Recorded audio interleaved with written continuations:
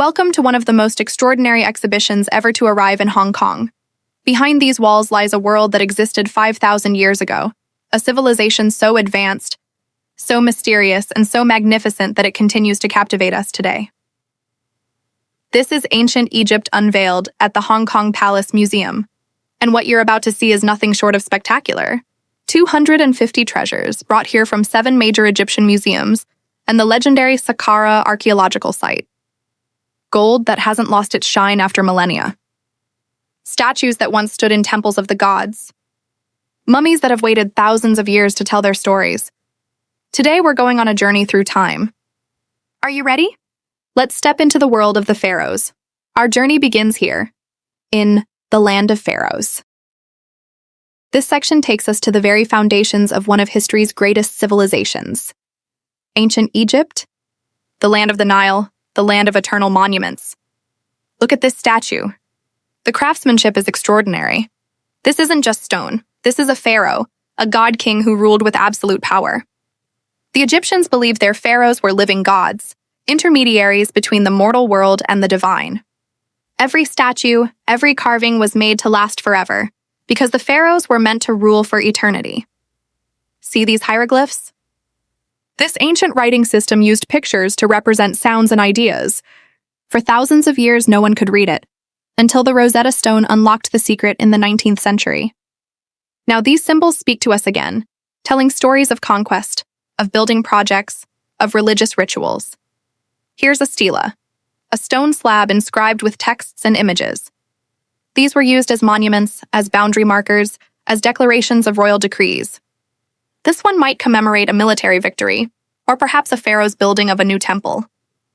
Each stela is a piece of history carved in stone, meant to proclaim the pharaoh's achievements for all time. The gold ornaments in this case are breathtaking. Gold was sacred to the Egyptians. It was the flesh of the gods, imperishable and eternal. Only royalty and the highest priests could wear such treasures.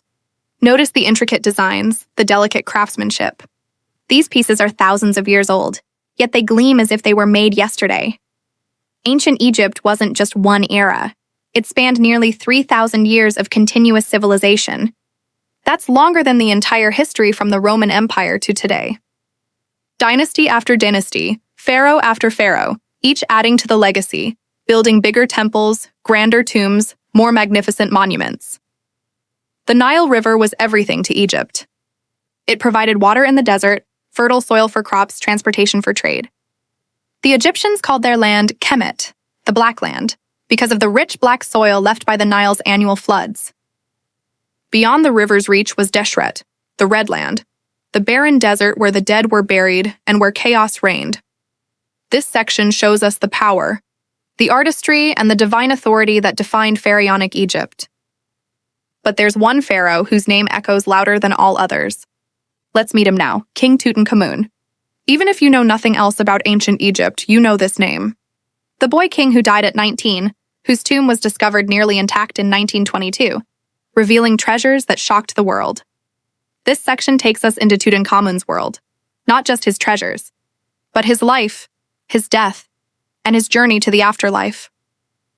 Tutankhamun became pharaoh at just 9 years old, during a turbulent period in Egyptian history. His father, Akhenaten, had tried to revolutionize Egyptian religion, replacing the traditional gods with worship of a single deity, the sun disk Aten. After Akhenaten's death, the young Tutankhamun was used by powerful advisors to restore the old gods and the old ways. He ruled for only about 10 years before dying under mysterious circumstances. Was it murder? Disease? An accident? Scientists are still debating. But what we know for certain is that he was buried with extraordinary care and unimaginable wealth. Look at these artifacts connected to Tutankhamun's era. The artistry is refined, elegant, sophisticated. This was the 18th dynasty, the New Kingdom, Egypt at the height of its power and cultural achievement. The objects here give us insight into what the young pharaoh's daily life might have been like. The clothing, the jewelry, the cosmetics, the furniture. The Egyptians, especially royalty, lived with beauty and luxury. But all of this luxury had a purpose beyond comfort. It was preparation for the afterlife. The Egyptians believed that death was not an end, but a transition. If you were buried with the right objects, the right spells, the right rituals, you could live forever in the field of reeds, a paradise where the crops were always abundant and life was eternal bliss. That's why pharaohs were buried with everything they might need: furniture, food, clothing, servants, represented by small statues called ushabti, even chariots and boats. Death was just another journey, and you needed to pack accordingly. Tutankhamun's tomb, despite being relatively small and hastily prepared, contained over 5,000 objects. Imagine what the great pharaohs like Ramesses II or Khufu must have been buried with. Sadly, their tombs were all robbed in ancient times. Tutankhamun survived largely by accident. It was hidden beneath rubble from later construction and forgotten. The discovery of his tomb made Tutankhamun the most famous pharaoh in history, even though he was relatively minor in his own time. Sometimes, it's not what you achieve in life, but what you leave behind that determines how you're remembered. Now we come to something truly special: the Secrets of Saqqara. This section features the latest archaeological discoveries from one of Egypt's most important sites, and some of these artifacts have never been displayed outside of Egypt until now. Saqqara is a vast necropolis, a city of the dead, located near Memphis, the ancient capital of Egypt. It was used as a burial ground for over 3,000 years, from the earliest dynasties right through to the Roman period. The most famous monument at Saqqara is the Step Pyramid of Djoser, built around 2650 BC. It's the earliest colossal stone building in Egypt, the prototype for all the pyramids that followed. But Saqqara is much more than one pyramid. It's layer upon layer of tombs, temples, and tunnels. In recent years, archaeologists have made stunning discoveries at Saqqara. Look at these mummy coffins, sarcophagi painted with vibrant colors that have survived thousands of years underground. The faces painted on them aren't random. They're meant to represent the deceased, to give them identity in the afterlife. The hieroglyphs covering these coffins are spells from the Book of the Dead, a collection of magical texts meant to guide the deceased through the dangerous journey through the underworld. There were demons to face, gates to pass, a final judgment where your heart was weighed against the feather of truth. And here, the animal mummies. This might surprise you, but the Egyptians didn't just mummify people. They mummified millions of animals: cats, dogs, ibises, crocodiles, even bulls. Some were beloved pets, buried with their owners, but most were religious offerings. Each god had a sacred animal. Bastet, the cat goddess. Thoth, associated with ibises and baboons. Sobek, the crocodile god. Pilgrims would purchase a mummified animal at temple complexes and offer it to the god, like leaving a prayer or lighting a candle. Archaeologists have found catacombs containing millions of animal mummies, entire underground galleries filled with them. These recent discoveries from Saqqara are rewriting what we know about ancient Egypt.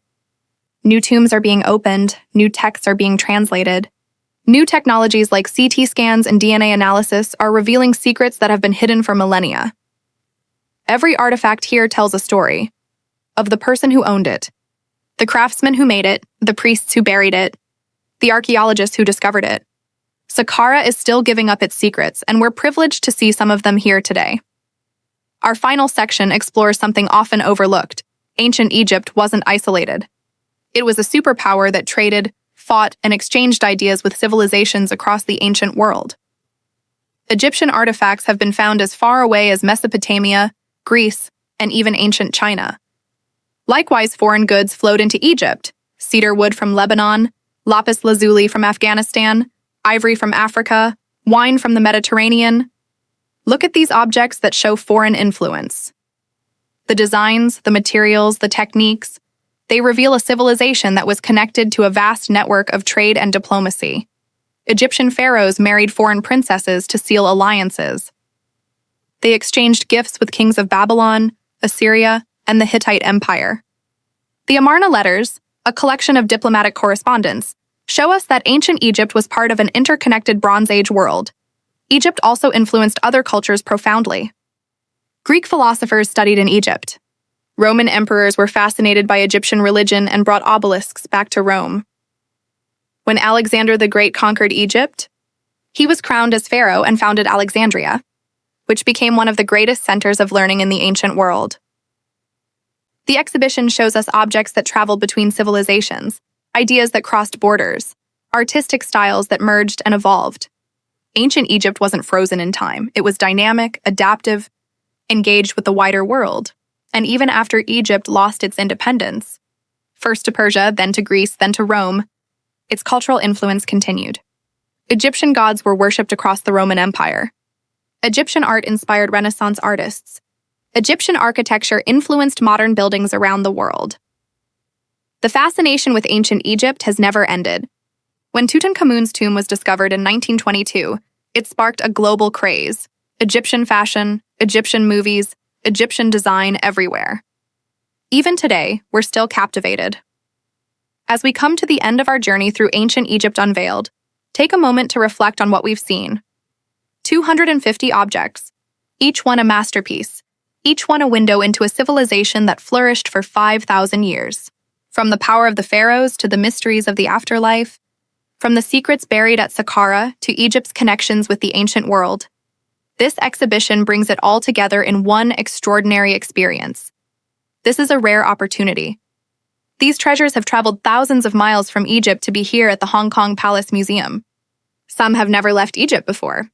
To see them in person, to stand before objects that are thousands of years old, to connect across the millennia with the people who made them, owned them, treasured them, that's something truly special.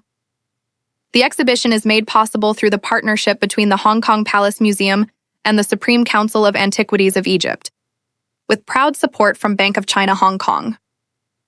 Whether you're a history enthusiast, an art lover, or simply curious about one of humanity's greatest civilizations, Ancient Egypt Unveiled offers something unforgettable. The pharaohs believed in eternity. They built monuments to last forever, created art for the ages, preserved their bodies for eternal life. And in a way, they succeeded. Thousands of years later, we still remember them, still marvel at their achievements, still seek to understand their mysteries. Ancient Egypt lives on, in these artifacts, in our imagination, and in the eternal human quest to create something that will outlast us. Thank you for joining me on this journey through time. I hope you get the chance to experience this magnificent exhibition for yourself.